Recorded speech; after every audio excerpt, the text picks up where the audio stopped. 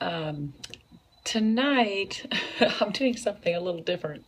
I just had something on my mind and on my heart. So I finished a couple series, and they were all kind of based in research and learning something and sharing it.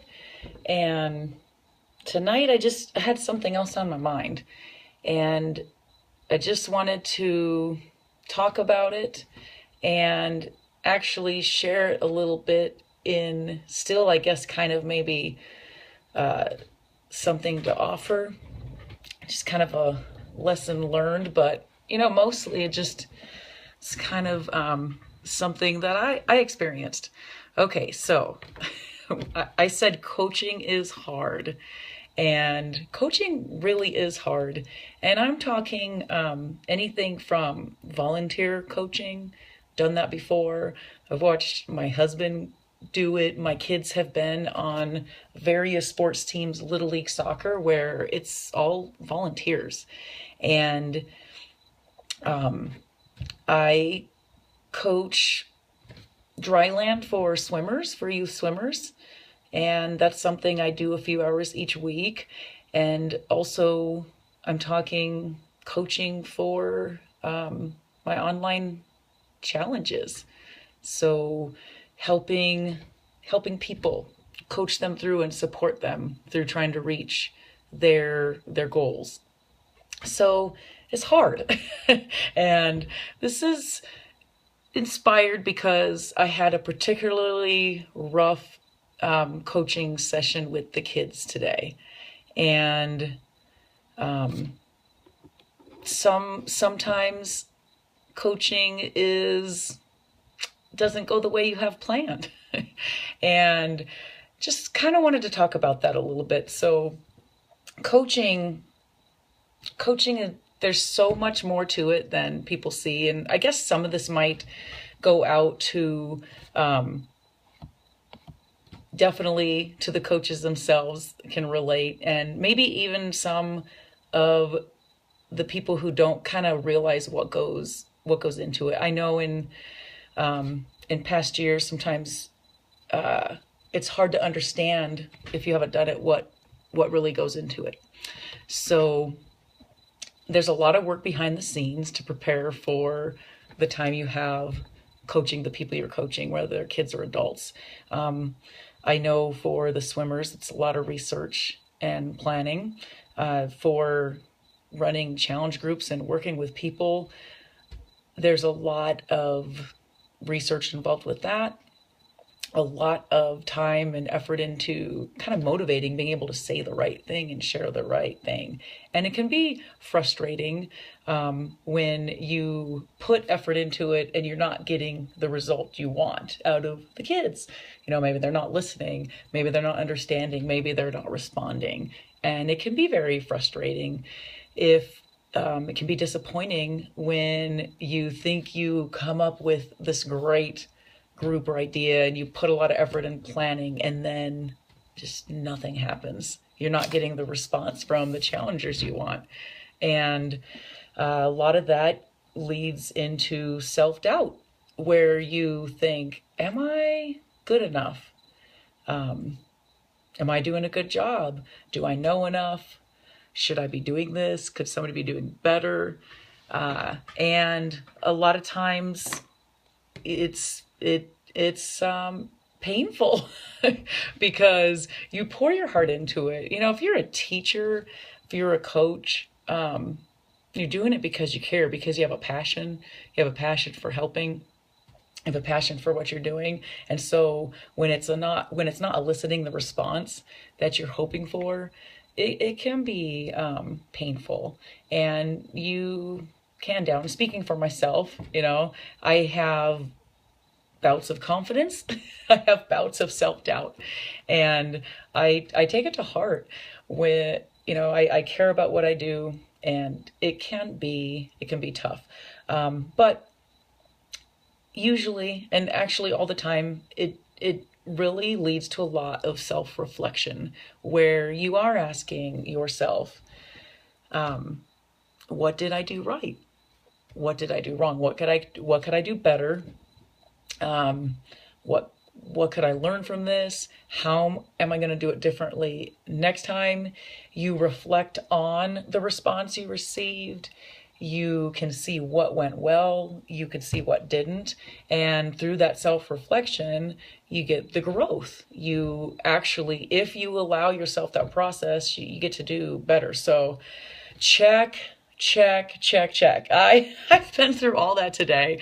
I really had a pretty low moment. You know, most of the coaching sessions, I love doing it.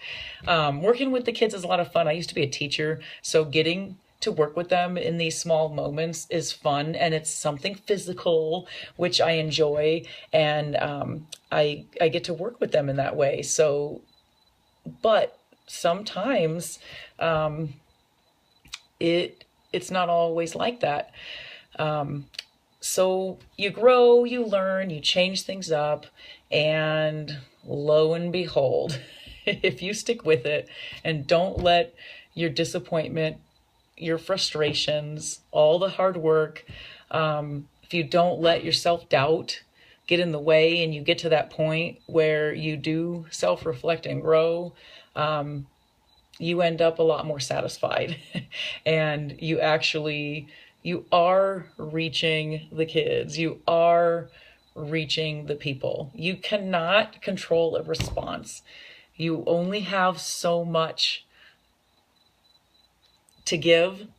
And no matter how hard you try, it may not work out the way you want it to. But the satisfaction is there.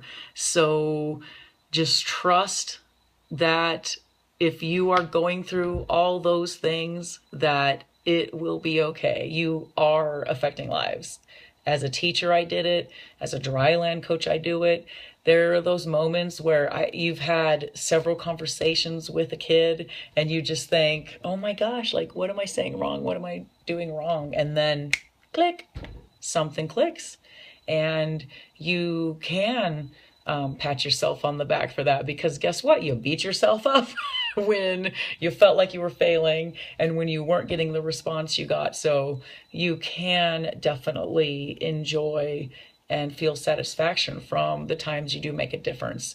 And so it's completely worth it. And I'll be honest, I asked myself that very question this afternoon, like, is it worth it? Am I the right person to be doing this? And that's a tough moment to be in. That's a tough spot to be. So partly why I wanted to actually talk to you tonight is because I had this idea years ago. I don't even remember when I started this. I think it was when I was working for the Marine Corps base, when I was a school liaison. I can't remember. It's another job where you get some ups and downs. You're not going to make everybody happy. Some things don't work out, but it's also a very rewarding and satisfying job. I might have started it when I was a teacher. I don't really remember, but I started this thing called a smile file.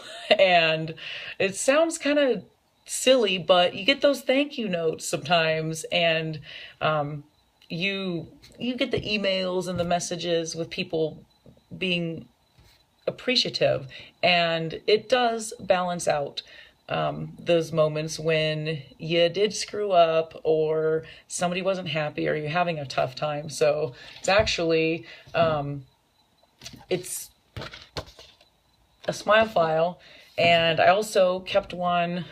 I kept one on my computer, like an email. You have your inbox and you sort it. It was called Smile File, and I would just drag it in there. And honestly, I don't always go back and look at it. It's not something I look at all the time, but I definitely looked into my smile file in the moments when things got the hardest. And it's why my file it's why my file's out, because it was not fun. It was not fun today. I mean, literally just, I don't know. It was frustrating. And hey, if you have a kid on in my dry land, It wasn't your kid. So don't think it was, because I would have already talked to you. So don't worry about that. But yeah, it wasn't one of the better moments. So anyway, just a little bit of sharing tonight, something different. I hope that you found some value in it. And if you have some words of encouragement, I'm not 100% there yet, so feel free to share it.